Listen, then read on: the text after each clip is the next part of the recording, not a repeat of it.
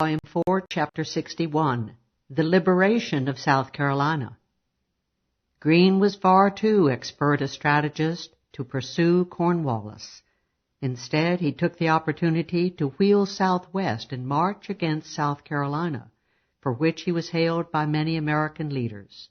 Shorn of the Virginia and North Carolina militia, whose terms were now up, Greene marched swiftly into northern South Carolina with about 1,700 men and mobilized Sumter in the north and Pickens in the west to help him.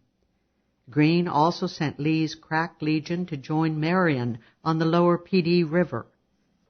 Lord Rawdon, in charge of the British troops after Cornwallis's abandonment, had over 8,000 men under his command, but these were scattered throughout Georgia and South Carolina, most of them at Savannah and Augusta in Georgia, in the forts ranging up the Santee River and its tributaries in central South Carolina, Watson, Mott, Granby, and 96, and at Georgetown at the mouth of the Pedee. The main striking force of 1,500 was at Camden. Lee and Marion, uniting forces on April 14, quickly laid siege to Fort Watson on the lower Santee River. After days of siege, Colonel Hezekiah Mayhem of Marion's South Carolina force imaginatively thought of building a high wooden tower from which the riflemen could shoot down into the fort. Fort Watson was forced to surrender on April 23, the Americans taking over 100 prisoners while losing but a few men. Rawdon had dangerously depleted 500 of his Tory troops, sending them under Colonel John Watson to save the fort. As it was, they were lucky to escape Lee's and Marion's forces. In the meantime, Greene's main force, having begun to march southwest on April 5, arrived before Camden and encamped at Hobkirk's Hill. Rawdon had only 900 men against more than 1,400, and he decided to attack Greene's force where they were stationed before Sumter, Lee, and Marion might unite with him.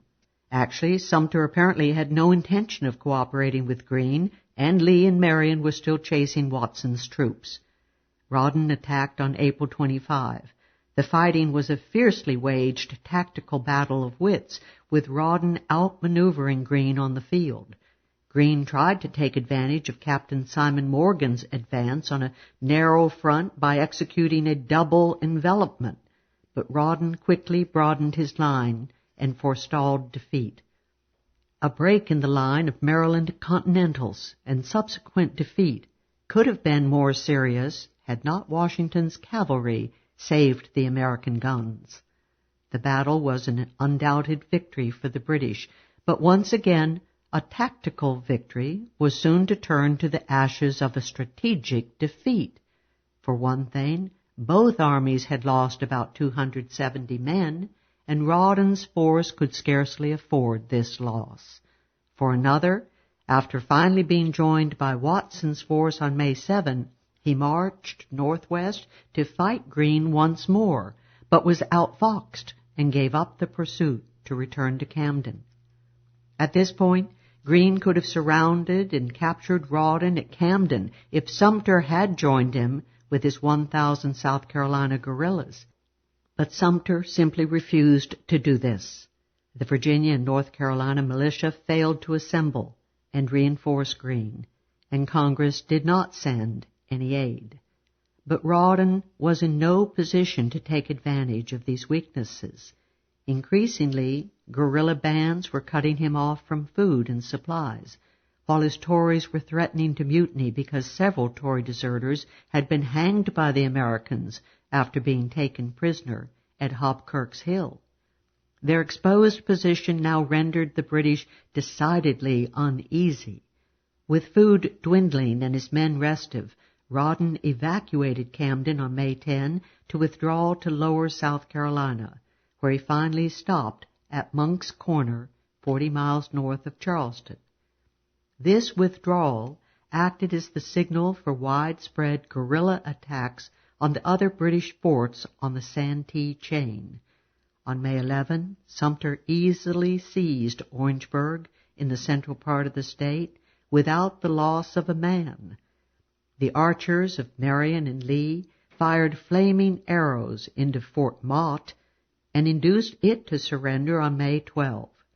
On May 15, Lee cleverly induced the strong Tory garrison at Fort Granby to surrender by promising that they could keep any private property in their possession. Only Georgetown, 96, and Augusta remained to the British in the entire lower South, outside of the Charleston-Savannah coastal plain and the port of Wilmington.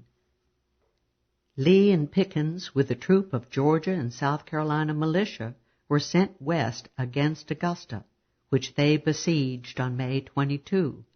On the same day, Greene laid siege to 96. Marion was sent to Charleston, but his attack did not begin until about a month later.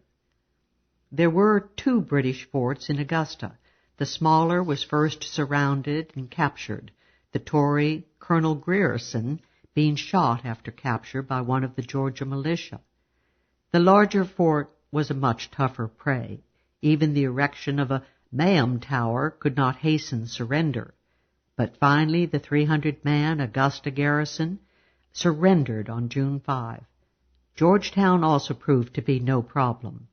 Marion had hardly begun his attack when the British evacuated hurriedly by sea on June 20 and retreated to Charleston.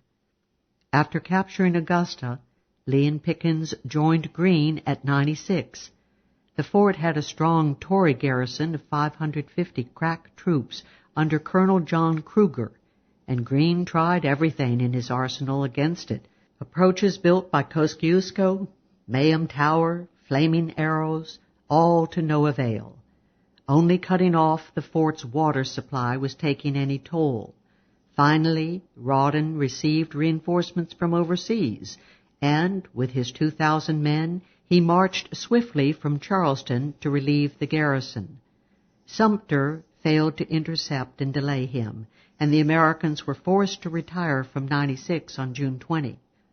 They had lost nearly 150 men to the enemy's 85. But once again a tactical defeat only delayed a strategic victory, for Rawdon pursued Greene's force northeastward in vain.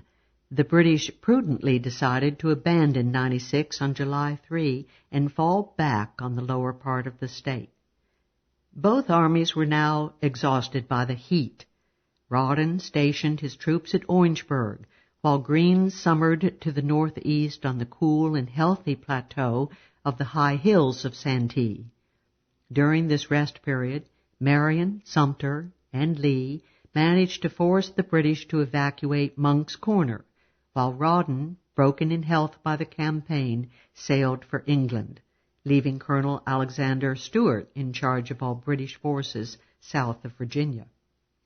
At the end of August, Greene, with 2,000 refreshed troops, was ready to attack. He was eager to crush Stewart to forestall any possible two-front war in case Cornwallis should decide to move south from Virginia. He was not able to cross the swollen rivers between him and the British troops directly, so he marched north to Camden, picked up Sumter, Marion, and Pickens to swell his force to 2,200, crossed the river, and marched southeast to Eutaw Springs in the lower part of the state, where Stewart had cautiously withdrawn with his 2,000 men. Paradoxically, Stewart's force consisted mostly of Tory regulars and deserters from the Continental Army, while many of Greene's Continentals had deserted from the British. Greene's attack on Stewart at Eutaw Springs almost took the British by surprise, and they captured 150 members of a largely unarmed unit before the battle, nearly equalizing the numbers of the two forces.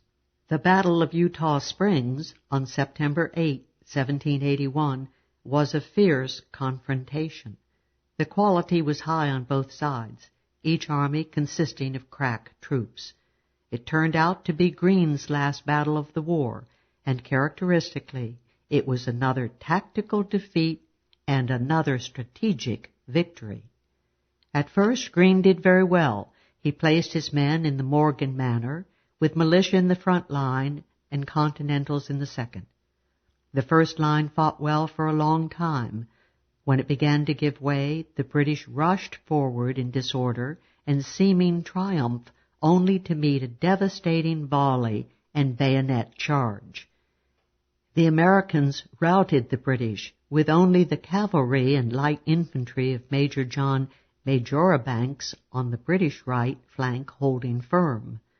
But, as luck would have it, on the point of a truly shattering victory, the rank and file of Virginia and Maryland Continentals abandoned pursuit and stopped to loot the food and liquor in the British camps.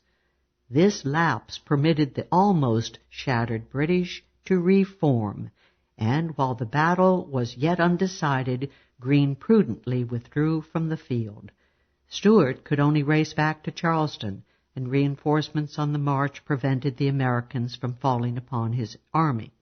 Losses were extremely heavy on both sides, but Greene's 520 casualties were more than matched by the nearly 870 men lost by the British, over 40% of their force.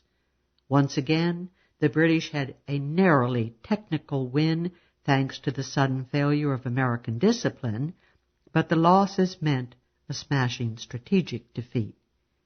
Eutaw Springs was the last major battle of the war in the Lower South. The British now held only the ports of Charleston and Savannah, and Wilmington in North Carolina. All the rest of the Carolinas and Georgia were back in American hands, and the state governments there were quickly reestablished. Greene stayed in South Carolina to keep the British penned in at Charleston.